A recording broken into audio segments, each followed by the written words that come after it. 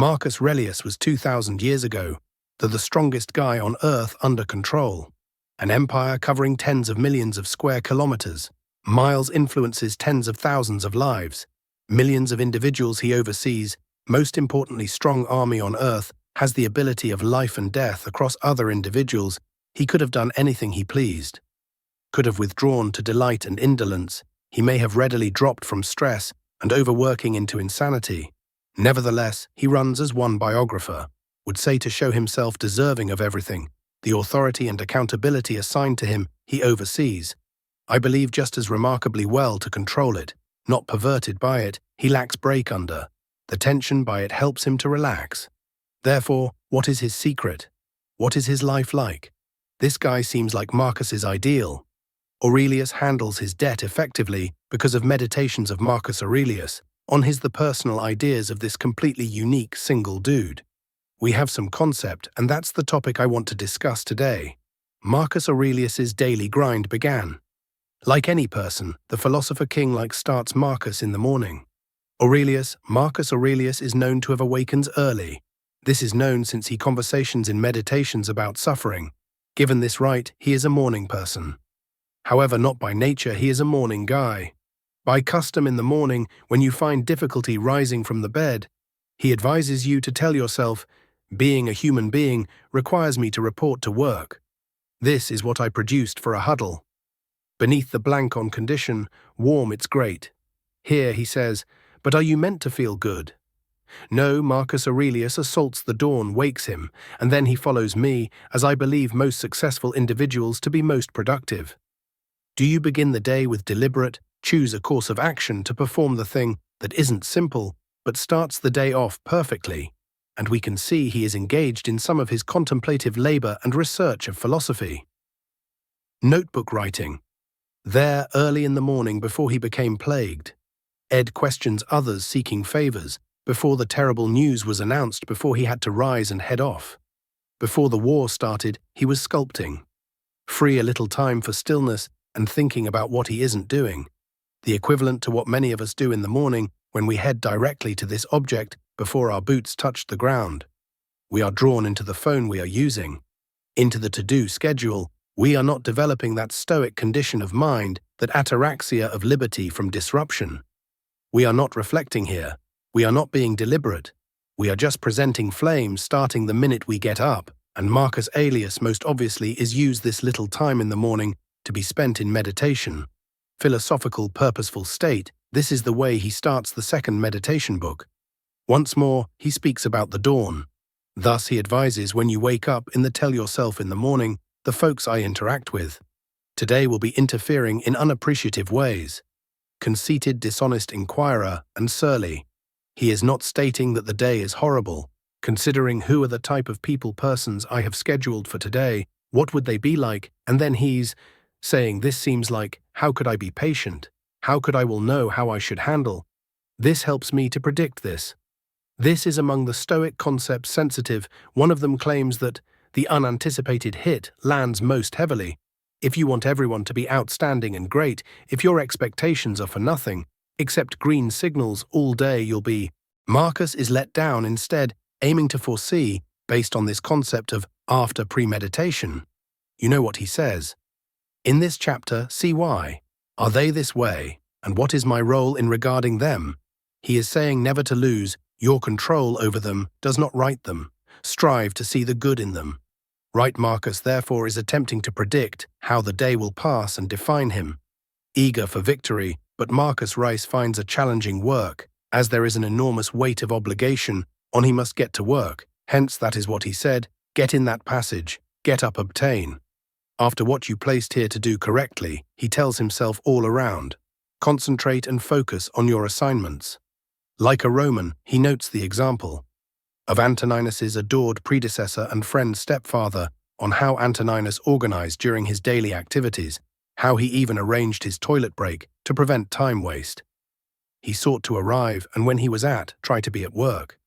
He didn't grumble about this. Marcus is still another Rius advises against never becoming heard grumbling in court. Not even to yourself, what have I got to accomplish today? Which obligations do I have? Which are mine jobs allow us to do them? And for Marcus, this would have been rendering judgments. All through the day, this would have been hearing instances. This would have been speaking to audiences. This would have been, the journey would be off in some circumstances, been commanding soldiers into combat. Right, nevertheless, he has to be constantly concentrated. He says, become accustomed to winnowing. Your opinions, he says, should someone inquire. What are you considering? Need should be allowed to respond, stating not to. Let your mind roam. Avoid being sidetracked. Attention to your work. He is referring to what Cal Newport would describe deep work as the capacity to emphasize the work ahead of you, to do it once more, to avoid diverted by this object or all the other activities you might be engaged in. Focus on the chore ahead of you, that a fundamental component of Marcus Aurelius's method, of his philosophical views and his regular schedule, helps you to picture Marcus gets dragged into meetings. Hence he's meeting ministers and advisors and diplomats. He is briefing on the first tactic. Among the things he claims, he picks knowledge from Antoninus about when to give the floor to professionals on listening techniques. From different points of view, how should one approach in comments and criticism? He says, when someone corrects me during their tell me I have been mistaken, that I am incorrect, he seems as though he's not hurting me. They are doing me a favor, he claims. Damage remains in the air and cannot be corrected. Therefore, there would have just been a lot approaching him at work, would have been taxing. It would have been draining, that would have weighed on him. However, he tried approaching it with the correct attitude, help him to try to keep things under control. I believe this to be crucial component, as it requires to be balanced properly. We labor rather hard and toss oneself at the required level of activity. But if our whole focus is business, then one of the topics Marcus remarks on in contemplation. Say, remind yourself not to be entirely about business. We know Marcus was not everything about business. We know that he was physically active right here. He liked boxing and fighting, hunting and riding horses. Riding, we are aware that he would stroll. Right, we see all these intriguing notes in meditations concerning the natural world. Right, he is strolling over the fields. Like the sequence in Gladiator, he is pulling the hand. There's a sentence in Thoughts on Low-Grain Bending in Media. Under its weight, he says about, the bend of froth on a boar's lips, the lion's brow right now he is receiving. Outside, he is savoring the surroundings. The Stoic said that the entire planet serves as a temple of the gods. Marcus is venturing outside and experiencing this spiritual development as a pastime. He did not share the many Romans did. Was the carnage of the Colosseum, we know. Marcus preferred obtaining rather than this. Far from his imperial obligations, but he detested the brutality in it, detested the given its pointlessness. It is thereby funny he was frequently observed performing his philosophical labor or reading materials, or he was there believing he thought he was there. To be present, but intellectually he was somewhere else, as he yearned for tranquility. Furthermore, relaxation he advises. See, it doesn't matter where you are. He says people long to get away from it all right. They desire. When they go, they wish to just depart all their job behind, he says. But you can retreat into your soul at any moment, and Marcus was acting in that regard. There in the Colosseum, it mattered not how horrific and brutal and graphic and noisy what was happening on the floor. He was going through ideas. Aeschylus was reading the Odyssey, when was reading Zeno, Epicus, or Cleanthes. He was learning philosophy, hence he was emerging from Rome's dusty haze, arriving somewhere tidy and improved, and he most likely frequented the baths daily. He discusses cleansing the soil of earthly life, and believe he means this, literally and metaphorically, the Romans. One of the things in great scale, a component of Roman society was the gymnasia, and subsequently the baths, so you would then the chilly plunge or another workout. A hot bath, and whether you pay a quidem visit. This is a tiny Roman camp located outside Budapest, most likely where Marcus penned. Among the meditations, you may go, of the thermal springs. Marcus visited, most likely paid Marcus correctly. So, isn't all about the business. He does discover leisure and enjoyment he is bathing in, off the ground and dustiness of existence, so he can return to his required tasks and look at Marcus's imperial responsibilities. Have been taxing even the toughest. Among those living in Marcus Aurelius' reign, there is a sequence of past floods. There is a fatal Antonine plague wars exist. There is an invasion there.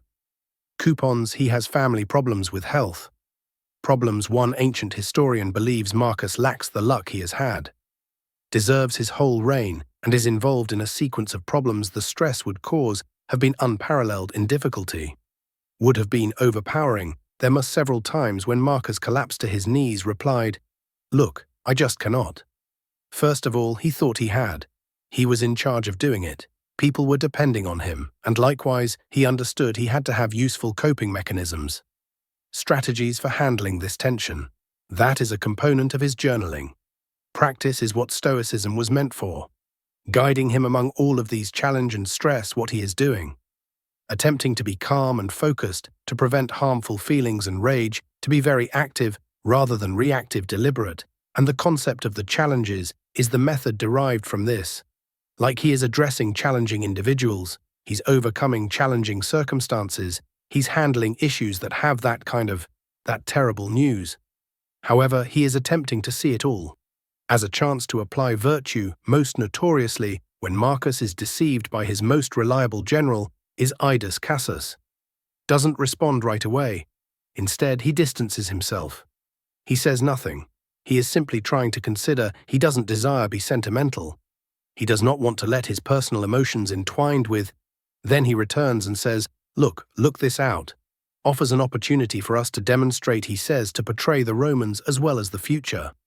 How does a nation handle civil strife? He aimed to act in the manner he advised in thoughts in which he notes the greatest revenge is not to be like what he desired. He wanted not to react too strongly. He wanted not to shattered by it. He intended to utilize it as an opportunity is always everything. Possibility to Marcus, both large and little. Every small event he went through all day. The significant events, everything of the day was always a chances to react to it, and virtue and morality, as stated by Marcus Aurelius, is not all about business. When he is not engaging in his hobbies, he is not obtaining, leaving there and being active. You know, great brains and great physique. He is emphasizing reading and writing, which he understood as a necessary component of his employment in every aspect. We have the letters that he writes to his instructor and mentor. Cornelius Fronto is still in writing. These beautiful letters serve him well during his reign. He is arguing philosophical concerns with, given his teacher Rusticus, we are aware that Marcus read a lot both in childhood and as a young man. An adult, since his compositions are loaded with these allusions he has from memory to the Ides performance. He is exactly citing Cypus and Epicus. Zeno and these other intellectuals, as they are precisely on top of mine, he is reading and rewriting, he's hanging on the creations of the master of scholars. As Seneca mentioned what he had gained knowledge from his master. Rusticus, he stated, is not to be content just summarizing the main points. Thus Marcus Aurelius reads, he's conscientious about it. He is concentrated on it, and is noting. He is searching things out and digesting. He is not this laid-back reader, nor either for enjoyment or reading for status. He's reading to acquire knowledge and gain better. And I would suppose, this most likely, his reading schedule included of the evening ritual. Right Sensical would discuss about a custom he performed. At the end of the day he would offer himself for review, I suppose, in the nighttime darkness, as one of Marcus's biographers might say he was offering himself for inspection. That's what Marcus's meditations consist of. The questioning of Aurelius about himself and his study of his capabilities, better how he may maintain. He answers what went correctly and what went wrong. Where may he still improve? Look, not many individuals there can provide for Marx. He lacks a boss. The far-off judgment of history. He is reminding himself what's crucial. He needs to be. The last philosophical perspective was responsibility. Little responsibility, he says, struggling to be the person the philosophy aimed to produce. He was acting like that all along. The day, however, it is in the evening with the notebook and the reading and the pondering and the calm time the teachings allow. Being taught there, and picture that not a day passes, quite definitely. Not an dusk that passes under Marcus's realist does not follow the Stoic memento technique. More, you might be leaving life right now. Let that decide what you do, Marcus advises. Do, say, and consider Marcus's attempts to spend a lot of time with his family. He composes in one of his letters to the front. How would he exchange all of that for just spend more time with his wife? He notes as, you say, tucking your kids in at night, say. To yourself, they won't make it to the dawn, and this wasn't sinister. He wasn't like attempting to PR his monkish detachment from the people he cherished. He was asking why you were rushing. Why then are you not soaking? This is why are you not present? For it and this instant, more practice is a necessary component of the Stoic everyday schedule, and we cannot see, not a one day in Marcus Aurelius's life passed by, without it. We can picture some portion of Marcus's regular schedule. You know, he merely spent the entire day commemorating clapping for being informed on how crucial and strong he was, for people were applauding thousands of military men. Show before kings of another countries you are familiar with, handed him presents, he said sought to deliberately remind himself that he was not that crucial, that possum his fame was useless. He fought to stay. Modest with it, he advises to be careful not to be Caesar Field, but rather not to be. He would stare out at the purple stain, extravagant feasts, or the accolades, or the jewelry they put on him, and he would say, look at this is a dead. This is a rock taken from a mine, pigs. This is a ridiculous metal. He's trying not to be modified or converted or created to feel better than this, thanks to this very odd and bizarre, surreal life things he had, and that every one of us ought to have. Any form of this activity in our own life too, as success may go to your head and bustle, might force you to feel significant as I am at the hub of things, might give you the impression of your being the center of the cosmos. Yet you are not appropriate and integral to the philosophical practice is to enlarge Marcus Aurelius concerning seeing objects from above. This army, not how strong it is now, near, but how does it resemble ants from far away? He is seeking perspective away. Constantly, I believe that this is essential for Marcus's routine, and I suppose that all day, but particularly at night, while he's simply considering how he simply spend these last few hours. Ma is inquiring about this kind of query, results in meditations, he says. Any time you are terrified of death, at any time you choose to live always, he advises, asking yourself, am I? Fearing death as I won't be able to. Nowadays, we so cherish our time to do this. But he was discussing how carelessly we spend it right here and squander it on stuff. We act as though we have always, but the Stoics understood that death was not an event occurring in the future. Nevertheless, the death was occurring right now. Every minute marks our daily death. Aurelius would have seen the passing of every day using Stoic philosophy as a type of death. Hence, at the end of the day, he's wondering what I have to provide. For the hours I just spent, and if this was my final day of existence, he's trying to picture turning in for sleep and not waking up. If I wake up in the morning, I get another opportunity tomorrow. How am I? Doing better. How am I going to develop what I am learning? How am I going to, without considering that moment as taken for granted? A day Marcus Aurelius's life offers, on the one hand, marks his life with experience, should be completely unattainable to us, unthinkable, incomprehensible to us, most of all powerful man in the globe 2,000 years. In ancient times, humans did not speak languages, now live in ways we would have chosen, never exist today, and yet as we observe in meditations as he follows his schedule, like us, the past seems alien. Nation yet still human, individuals are human. Humans are human beings. The more things alter, the more one stays. Same, and from Marcus, we can observe so much excellent behaviors and routines we follow. Should be followed in our daily lives, and coming back here, following these meditations after all this thought is, he must get ready for bed. It is simple. Should discuss getting up early, but if should you fail to safeguard your sleep, not have discipline before bed once more.